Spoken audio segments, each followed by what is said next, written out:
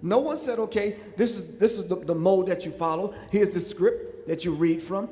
Hip-hop was something that we did, and hip-hop, keep in mind, was cultural, while the civil rights was political. And what Public Enemy tried to do is fuse the two and let people know, look, we're dealing with some political, cultural issues here that we need to get a grasp on. So that's what Fight the Power spoke to.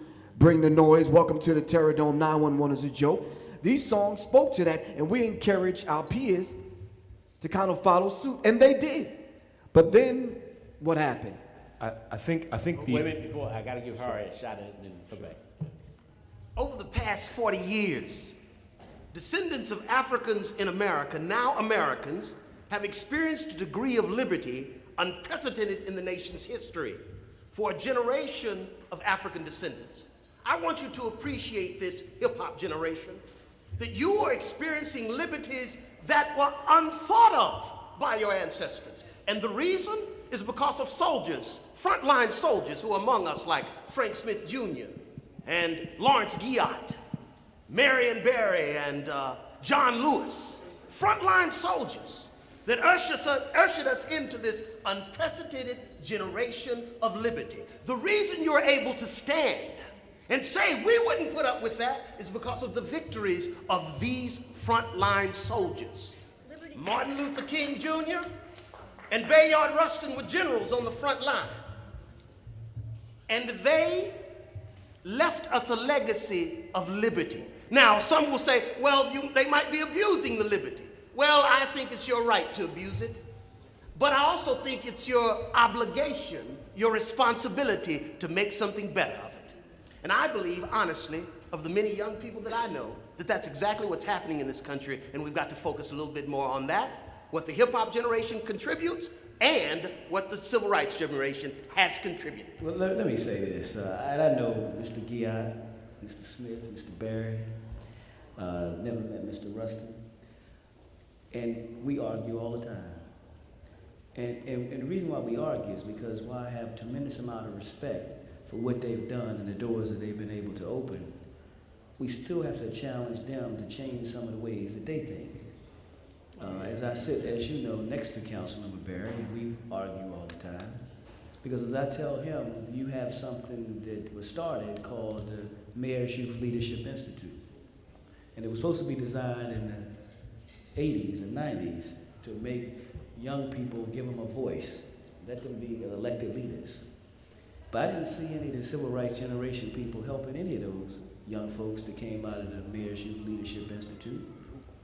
I seen a generation of 10, 15 years where they let these young brothers and sisters and Latinos, whether you're male or female, go to the wayside. So yeah, I am frustrated sometimes as I talk to them because they could have done more. You could have done more. And today they still can do more. And until someone stands up and say to these young folks that are sitting out here today, if you ask them right now how many people have they even tried to help them do anything, they'll probably shake their head to some degree. Yeah, we give them a speech and we tell them what has taken place in the past, but until you give these young folks an intern, and until you give them an opportunity of hope, until you expose them of all the wonderful things that they're exposed to and I'm exposed to, then we're leaving another generation behind. See, hip-hop ain't just, to me, ain't about rap music. Hip-hop is about a way of life. And the only way there could be a way of life is that people are now operating within their own scope of what they've been exposed to. And until that changes, then you're not changing the frame of reference at all. That until you change the role of economics, we will continue to have this problem. Until people are trained, until people have job training, until they have access to money, until they open up the avenue of creating a better life, then you're not going to change any of the stuff that we're talking about. And that's the real conversation, Mr. Murray, is until people have access to money and wealth, then they don't have access to anything. We don't lack a generation of people that are uneducated. We have the most educated generation that you've seen. We lack people doing something called blocking. And until they're changed, and I think you will see politically those people change. God bless them for the work that they had, but I think you got a generation of people are tired of being sick and tired, and we're going to get rid of all of them until we get what we have, and that is economic prosperity, which helps us raise our kids, which helps us give them a quality education, what helps us do what? Help people retire, and that's a good thing. I think, In the most respectful way that we possibly. I think the hip-hop generation sees the issue as something different. You were talking about the Gina 6 situation. The hip-hop generation was a little bit involved. There was Mos Def, there was Dead Prez, there was like the quote-unquote conscious scene.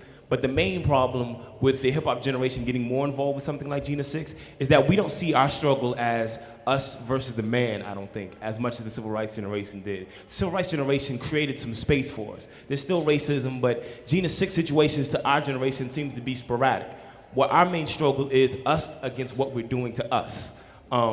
That's what we're struggling with. We're struggling against the drug dealing, we're struggling against the gang banging. These are black on black issues, and most of our music is revolved around it. One of my biggest concerns is the glorification of the crack trade. Every rapper, if you look, 7 out of every 10 rappers is a former gang banger or a drug dealer in the Billboard top 10. I would say about 6 or 7 out of every 10. And the problem is we're not accurately telling the story. Like the crackhead doesn't have an album.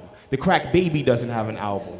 And we need to tell those stories. So our young people, like literally, if you were born in 1990, you think the 80s, everybody was rolling around in Audis, you know what I'm saying, giving away money. And really, we were losing brothers and sisters and uncles and aunts and cousins. So we need to get an accurate story told. And we need to have the civil rights generation. I tell people all the time, the money that it took Oprah Winfrey to do that one episode where she berated hip hop, she could have picked an artist she liked and spent the same amount of money and promoted him to the world. Been like, this brother has an accurate representation of black life. Y'all should buy his album. He would have sold 1 million in 2 days, and it would have started, you know what I'm saying, the leveling of the playing field. And what I'm really concerned is, crack is not the last epidemic that's gonna hit our community. There was heroin, there was crack, and the next thing is gonna be something that I won't recognize. And our children won't be prepared because the storytelling, the history of our culture is hip-hop, and hip-hop is not accurately telling what happened during the crack epidemic and how we should have battled the crack epidemic. So when the next plague hits our communities, our kids are gonna start from square one again.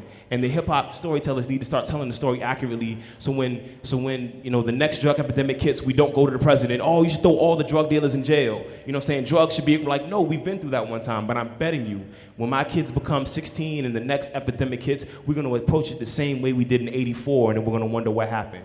You know what I'm saying? There's no reason in learning history if you're gonna keep repeating it. And hopefully the civil rights generation will help my generation tell the story accurately so our kids will get it right next time.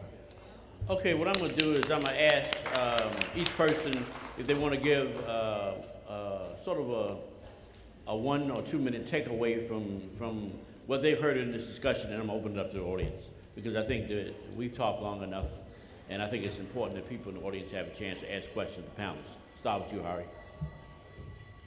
The civil rights soldiers never received their VA benefits. When a soldier comes back from war, it's been the tradition of this country to give him some VA benefits, some veteran benefits. When we talk about reparations, I believe that we don't have to go all the way back to the period of our captivity, often called slavery. I believe we can go back to that active period of terrorism being waged against our communities. And those who came of age during that time often suffer from a post-traumatic stress syndrome. Those soldiers that went to war on the battlefields in Mississippi, Alabama, in SNCC and other organizations, in the NAACP, the SCLC, they deserve veteran benefits.